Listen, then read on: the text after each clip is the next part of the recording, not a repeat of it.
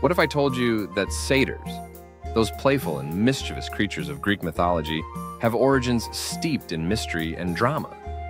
Most think of them as mere companions to Dionysus, but their beginnings weave a tale that's as enchanting as it is complex. Picture this.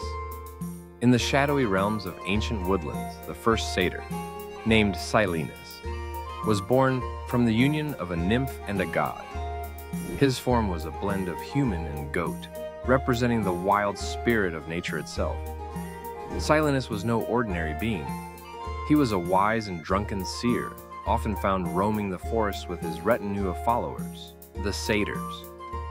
These companions, with their horns and hooves, brought joy and chaos wherever they traveled, embodying the duality of humanity, our lust for freedom and our primal instincts.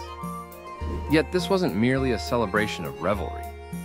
Satyrs also symbolized the fragility of life and the inevitable turn of seasons, reflecting humanity's connection to nature. Their existence challenges us to embrace our wild side while recognizing the balance between order and chaos. So next time you hear tales of satyrs, think deeper. They're not just partiers, but complex beings with a rich and profound legacy.